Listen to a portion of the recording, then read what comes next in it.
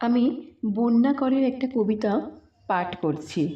কবিতার নাম নেই এখানে। তোমাকে হারিয়ে ফেলে আবার ফিরে পাওয়ার ঠিক মাঝখানে আমি এক অন্য আমিকে পেয়েছি। এক আমি যে অনেক বেশি আত্মবিশ্বাসী, অনেক বেশি নিজ কেন্দ্রিক, যে অনেক বেশি সাবলীল। তুমি ছেড়ে যাওয়ার পরের সকালে বুঝেছি একটা মানুষ সুপ্রভাত না জানালেও পাখিরা খাবারের খোঁজে বের হয়, বাগান থেকে ফুল তোলাও যায়, সবজির বাগানে দরদামও হয়, আর কলতলার ঝগড়া সেও হয়।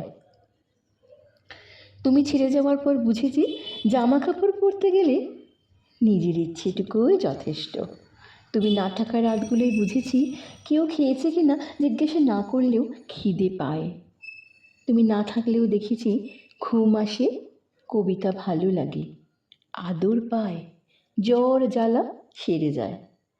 তোমায় হারিয়ে যাওয়ার পরে আর তোমাকে মনে পড়ার ঠিক মাঝখানে আমি এক অন্য আমিকে পেয়েছি, যেই আমি এখন অনেক জড়সড়, যেই আমি বন্ধুদের সঙ্গে ঘুরতে বেড়ানোর মতো সাধারণ কাজের জন্য অনুমতি খোঁজে না, যেই আমি নির্দ্বিধায় বলতে পারি আমার পুজো আচ্ছা ভালো লাগে না, যে আমি পুরুষ মানুষকে ভাই বাবা জ্যাঠা কাকা ছাড়াও বন্ধু বলতে পারে, যে আমি ভুল করলে শুধরে নেয়, শাস্তি পায় না, গায়ে কালশিটের দাগও থাকে না।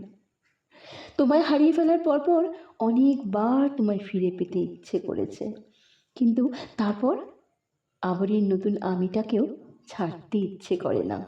তোমায় পেলে আমি সম্পর্ক পাবো, কখনো হয়তো সিঁদুরও পাবো, নিয়মিত আদর পাবো, আর ওই নতুন আমিটাকে পেলে সাহস পাবো, স্বাধীনতা পাবো, স্বইচ্ছা পাবো, হয়তো নিজেকে ভালোবাসতে পারবো।